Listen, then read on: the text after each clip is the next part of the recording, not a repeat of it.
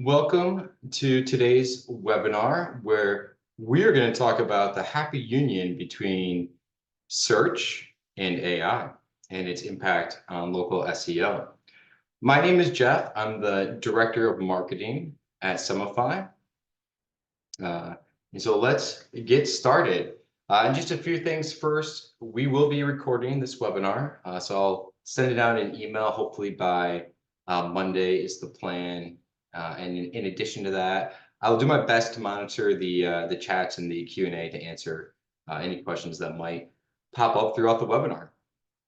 So today's agenda, we're going to go through what exactly is Search Generative Experience, make a quick mention of Google's I/O developer conference they had a few weeks ago, touch on some examples of SGE and what it looks like, and then how SGE relates to Semify's map pack.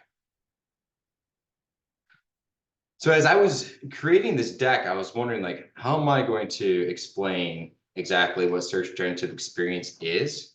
And it dawned on me, well, let's just ask Google and let the AI overview tell us what they are. And to boil it down really in layman's terms, SGE allows users to ask incredibly complex questions and get a very quick answer. And the example of an AI overview is right there. You can see exactly what it looks like. So how do they get this content? They're pulling it from their high-ranking content that already appears on their SERP. And as we know, Google crawls thousands, millions, billions of websites over the vast amount of years. And so they have all this content already ready to go. So they provide users with answers that they can do without going to any other site. So it's going to be zero-click answers for them, which is kind of like a downer for everybody that's in the SEO world. We do all this hard work of getting our clients to rank, and now Google's just spitting out some AI content for them. Another thing you'll notice from this example on the right is that there's also no Google Ads up there as well. So they remove the Google Ads when they do the AI overview. And at the developer conference a few weeks ago, they officially unveiled it to the greater search of Google, to the entire United States. Initially, it was in their search labs for the last number of months, which is really like their test kitchen, where they can toy around and play and update the algorithm. But now you'll notice if you weren't part of the search labs, you'll notice some of these results coming through. And the AI that they're using, what they call it, is called Gemini. It used to be Bard, but it's referred to as a large language model.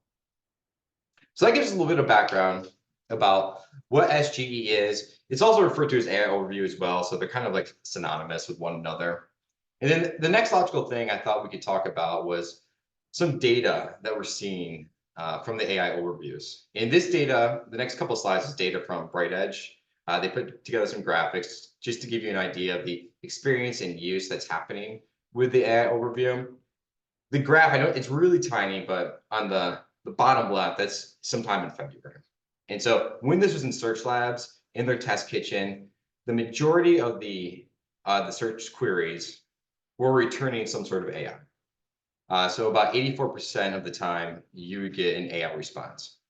And then when they finally rolled it out, and this data ends May 30th, so it was officially live for the United States, it was down to less than 15%. And the assumption behind that is that they still really need to do a lot of testing because this is really in its infancy. And as they've been rolling it out, there's been a lot of like silly, non-correct answers, which I have a couple examples of later in the deck that we can go over. Additionally, here's some factors that influence when you're going to see AI reviews. So traditionally, if you see a feature snippet, you're probably going to see an AI overview with it. On the far right, when it comes to questions, if you're asking questions, a lot of question and answers, you're going to see AI overviews. Luckily, I think luckily for us, since the majority of us work with small businesses, you can see the mustard yellow, the local 3-pack. You don't see it that often at all. So that's good news for us right now. And of course, like this is probably going to change in 6 months, and we'll have subsequent webinars to talk about how this data is shifting and what Google is doing to tweak it. And then finally, with the BrightEdge part of it, the majority of the industries being impacted with the AI were Healthcare by far, and then it was B2B, e-commerce, and then on the flip side, not so much with restaurants and travel.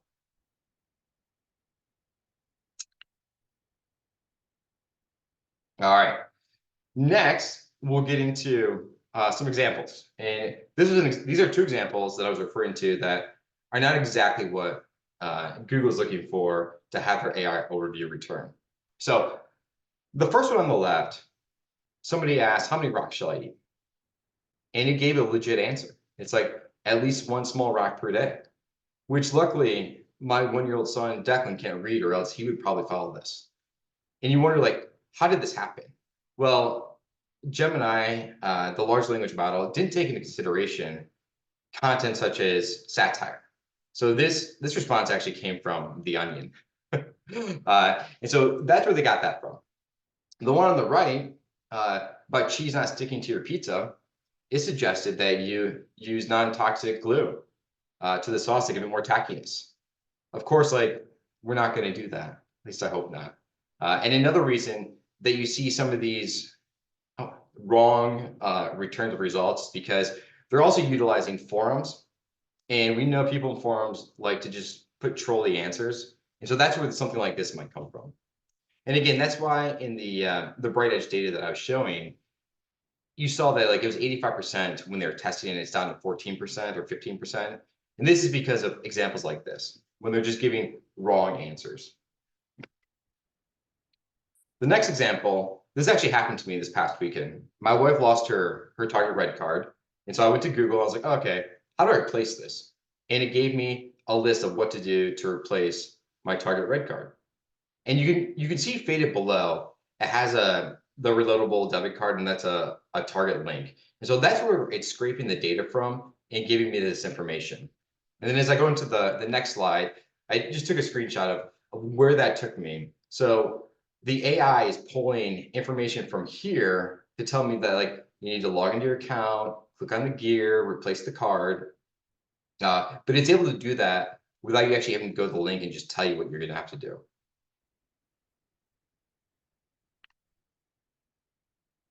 The next example gets into the Q&A part, which in one of the Bright Edge examples, it showed that like Q&A is a big portion of the AI, at least today. And this example shows them asking, like, what is the tallest tree in the world? And of course, it's a redwood. And they're pulling that data from Wikipedia. And when you marry Wikipedia AI, of course, it's going to be right, guys?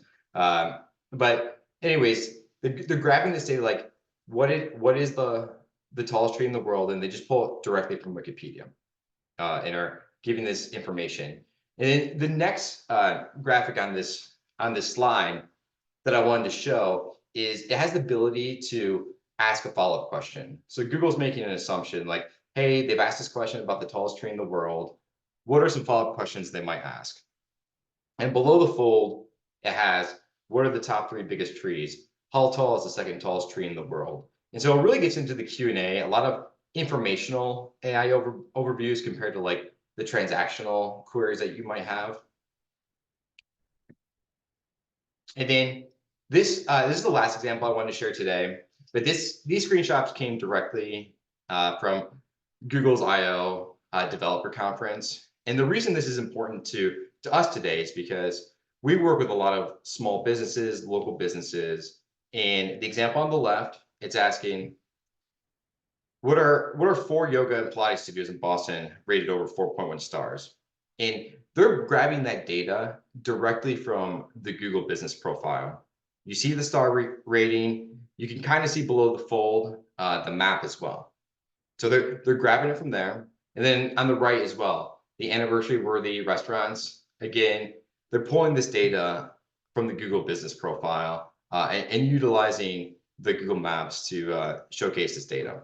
Now, luckily right now, based off the data we've seen today from Bright Edge, is that they're not doing this a lot with the local map pack, but I can imagine into the future they're going to. So one way for us to hopefully move forward and try to future-proof search for us is to continue to work on our Google business profile, really building up the map pack rankings that they have, but in the same sense also still working on the SERP, because if you recall, it's less than 15% are seeing AI overviews. So 85% of those results are still going to have the local organic results for them.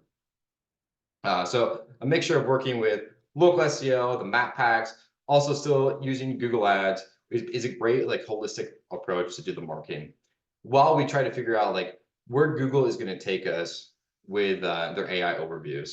I think right now they're still trying to figure it out as they work through some of the tweaks and get a better understanding of how to utilize AI, because it's certainly not going away. Right. So next spot here, like how can Simplify help and prepare you guys, your businesses, help out your clients? And so the first part to talk about is the local search ranking factors. So these ranking factors, which I think most everybody knows on this call, that it comes down to GBP signals, on-page, link signals. And then on the organic side, it's a lot of content and backlink building. And of course, Google had the leaked documents recently, I think it was March or April, where essentially verified trustworthiness, content, backlink. So everything SEO has already thought and more or less confirmed for us. And the product that Simplify has is our map pack plan. We rolled this out back in November of last year, and it focuses solely on ranking in the Google Business Profile and working on their Google Business Profile listing, getting them in the map pack. And again, I just wanted to like emphasize, AI isn't going away, so they're going to continue just to pull where they can to keep them in the Google ecosystem. So focusing on our GBPs is going to be essential. So what we're doing with the map pack is we're going to optimize it, of course, for the particular keywords and services that the client is offering.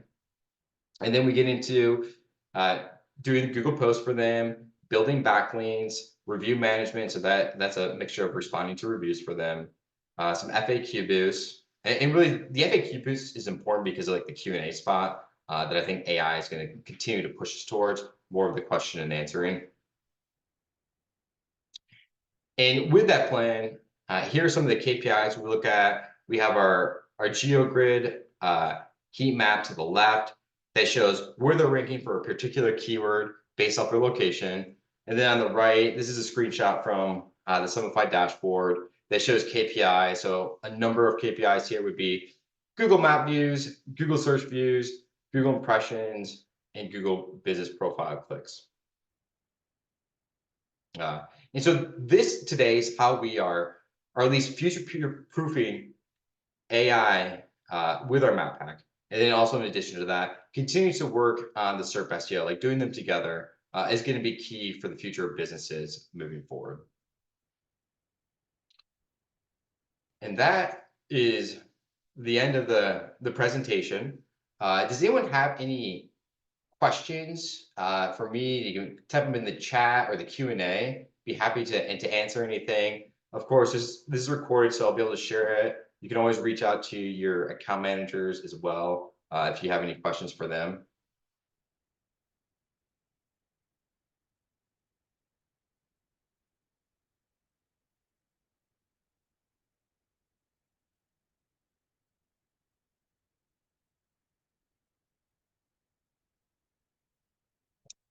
I don't see anything in the Q&A or the webinar chat.